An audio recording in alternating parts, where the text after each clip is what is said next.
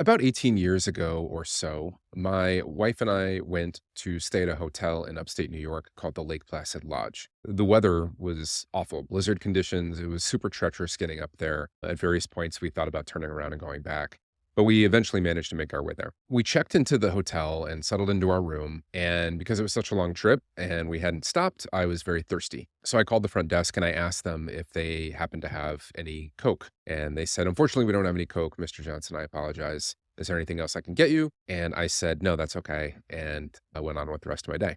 But about 15 minutes later, there was a knock at the door, and I opened it to see a young man, probably college age, and he was completely drenched and he was panting. And he said, "I ran into town and I got you a Coke, Mr. Johnson." Now, this hotel is part of a chain all over the world. And in the years since that event happened, for the last 18 years, every single time I start planning a trip for my wife and I, the very first thing I do is I go onto their website and see if they have a hotel in the location that we're going to be staying in. We've probably spent five figures over the years on that hotel chain. And I was thinking about it. What was the cost of that loyalty and the word of mouth? I've told this story to people dozens and dozens of times. What was the cost of that? It was about 15 minutes of one person's time and $1. And I think everybody has a story like that, some version of a story like that. They've stayed at a hotel and had a remarkable experience. You've probably heard many stories over the years of the Ritz-Carlton. I remember hearing a story once of someone stay there, how they greeted him by name when he arrived and how they started a fire and they left his favorite drink by his nightstand and how they had his favorite brand of coffee in the morning and how they had his newspaper and they had all of this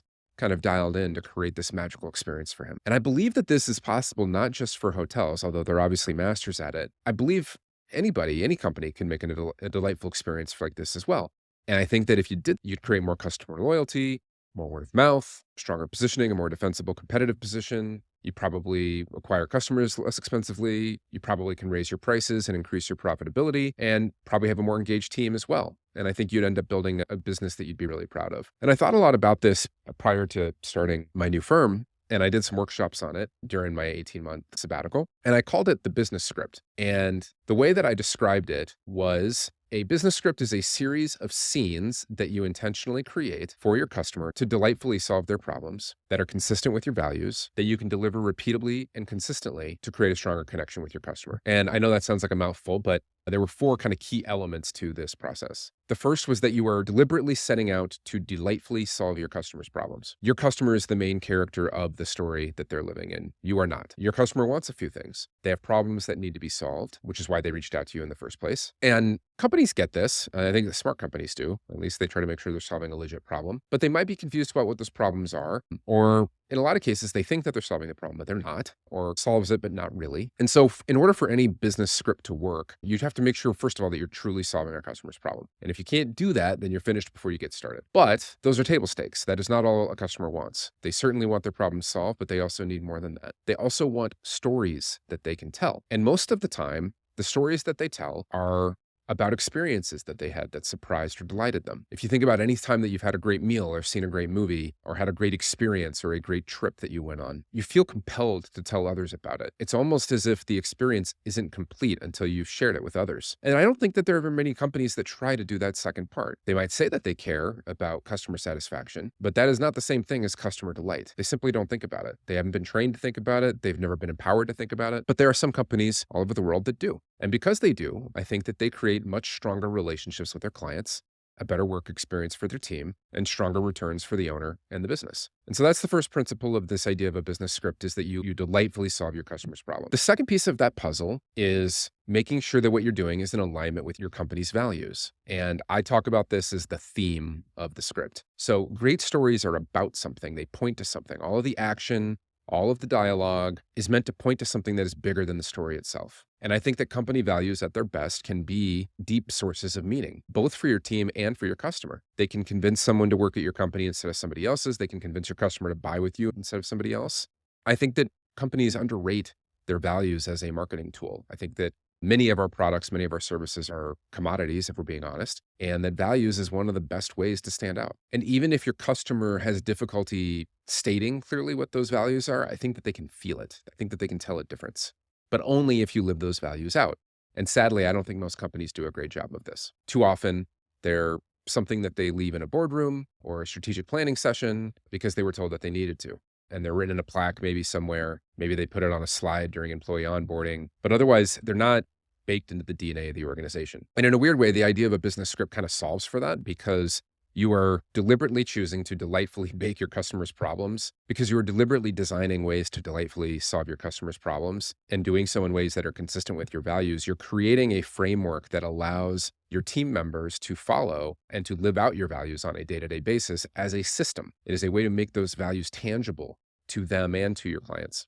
And it's a mechanism to turn your organization into one that lives out its values every single day. And while your customers might not know what the values are, I think that they probably would have a pretty good guess. And all of your employees would certainly know them by heart, which I think makes it much easier to create a differentiated experience. So that's the second key principle, is designing scenes that are consistent with your values.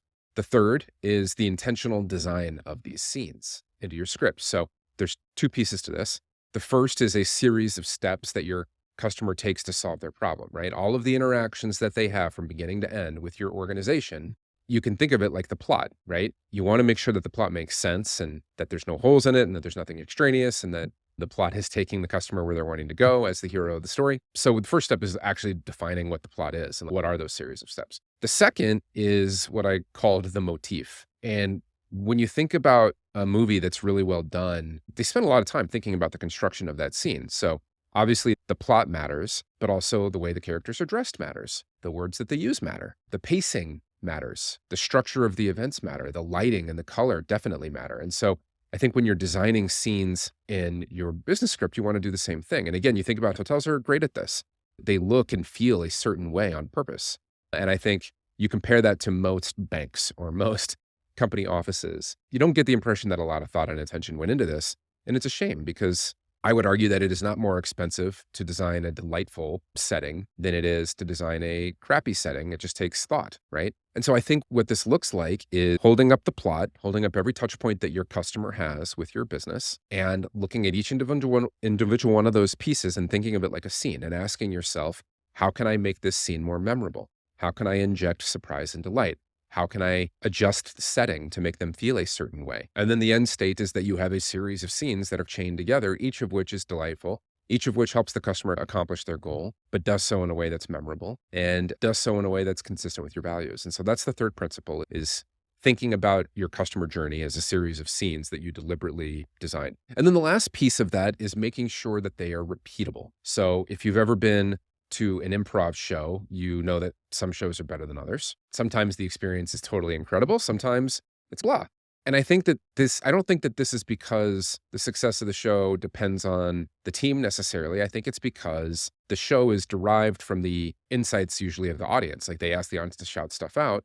There's a whole bunch of variables in that, right? And so when you introduce a whole bunch of variables and you never know what's going to happen, you're effectively winging it every time. And I think that's what a lot of companies do. They operate like improv shows. They sometimes crush it for their customers, but often they don't. And they think it's because they need better talent. And maybe there's a certain amount of truth to that. But I think in many cases, the problem is that they're trying to run things without a script.